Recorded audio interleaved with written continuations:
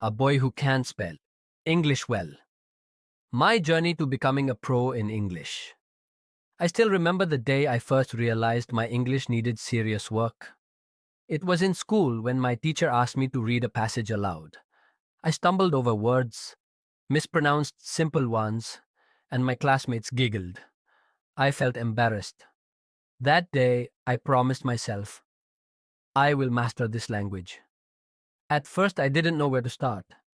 English wasn't my first language, and I struggled with grammar and vocabulary. But I knew one thing: I had to practice every single day.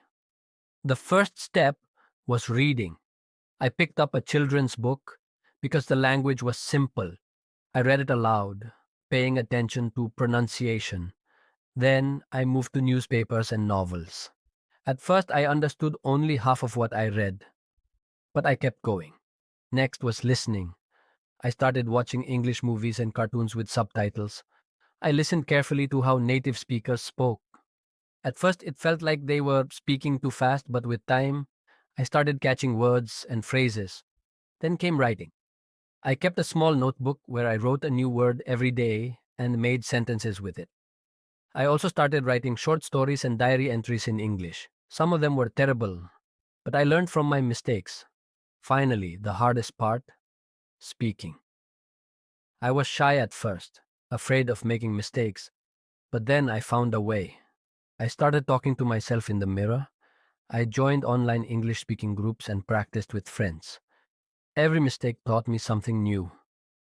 Years passed, and one day, something amazing happened. I gave a speech in English at an event, and people clapped. No one laughed at me this time. They listened. They understood. I had done it. I had become a pro in English. Looking back, I realized that learning English wasn't about being perfect. It was about never giving up.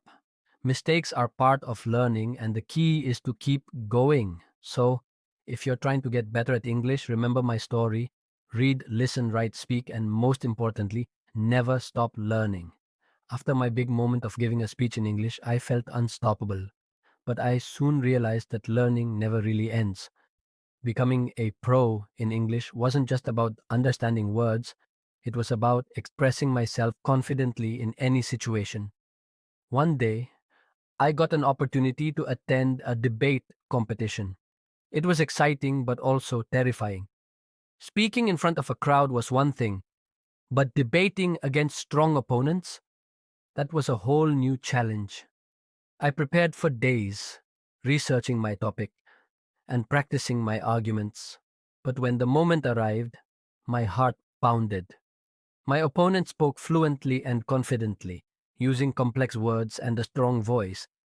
I started doubting myself. But then I took a deep breath and remembered something. English is not about fancy words, it's about communication. I focused on making my points clear and strong. I spoke with confidence, even if my sentences were simple.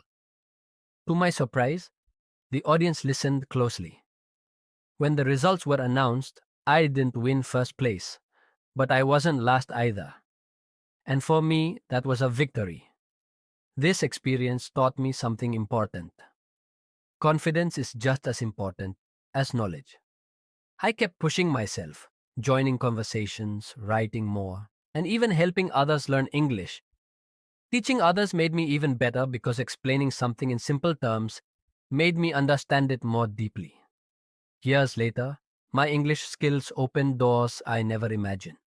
I got opportunities to work with international teams, travel to different countries, and even write professionally. The language that once made me nervous had now become my strength.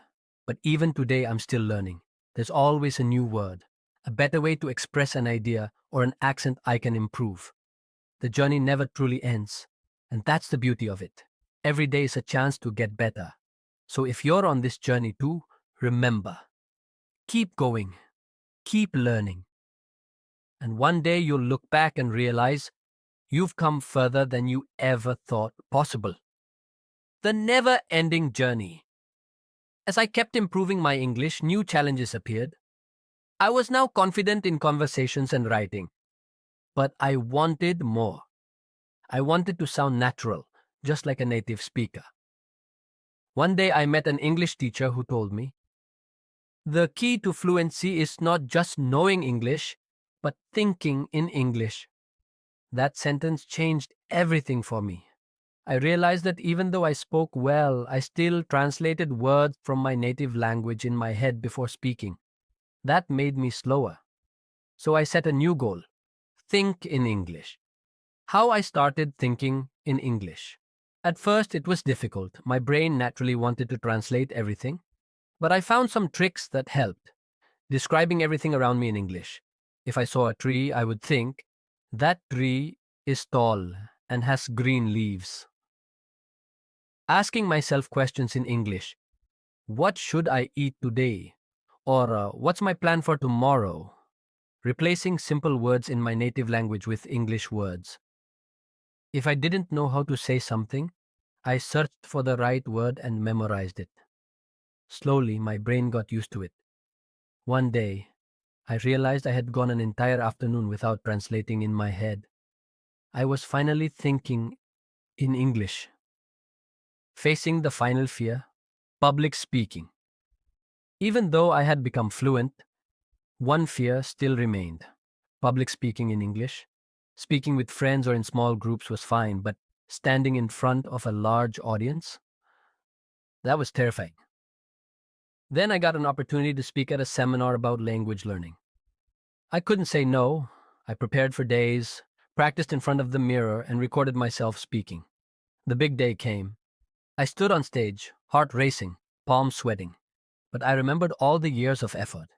I took a deep breath, smiled, and started speaking. And this time, I wasn't nervous. I was excited. The audience listened, nodded, and even laughed at my jokes. When I finished, they clapped. I had done it. What I learned from my journey. Looking back, I realized that mastering English wasn't about talent, it was about effort, practice, and never giving up. Here's what I learned. Start small. Read, listen, write, and speak every day. Even 5 minutes help.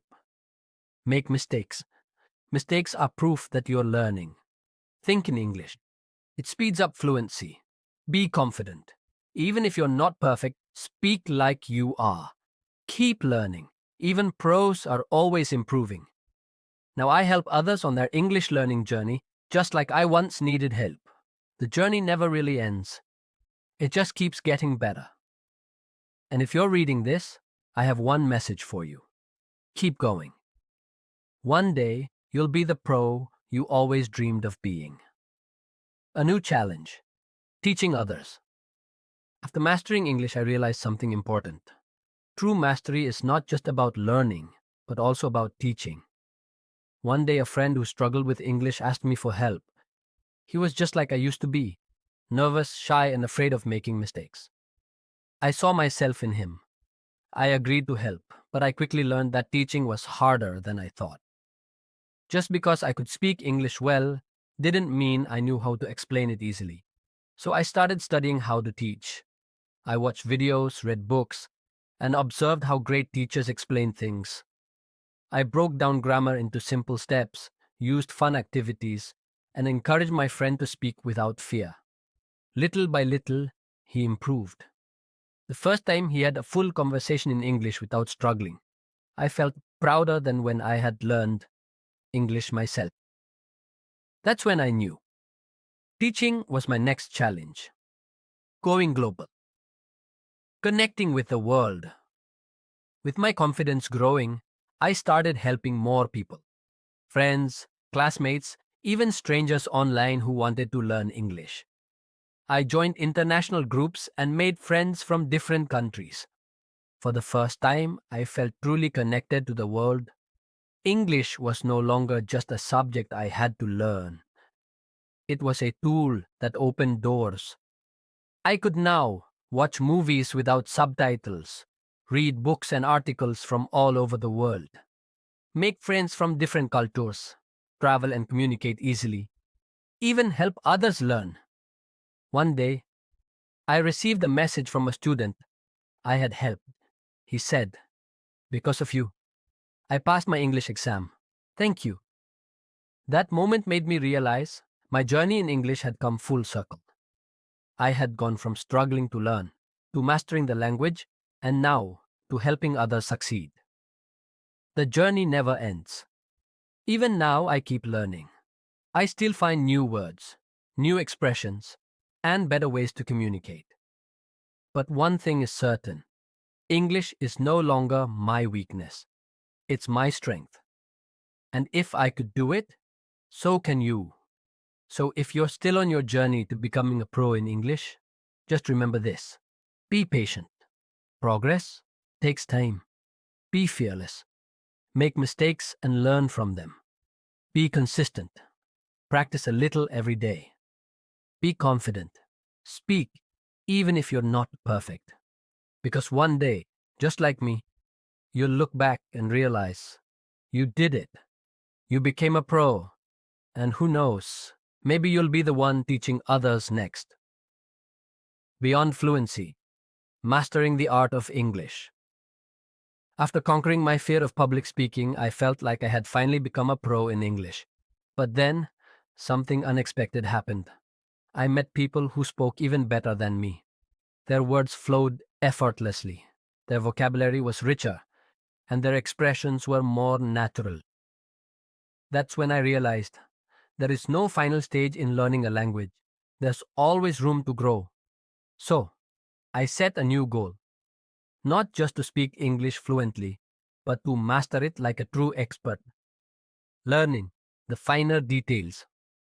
To take my skills to the next level, I focused on 3 areas: expanding my vocabulary. I started reading advanced books, not just novels, but also articles, essays, and poetry.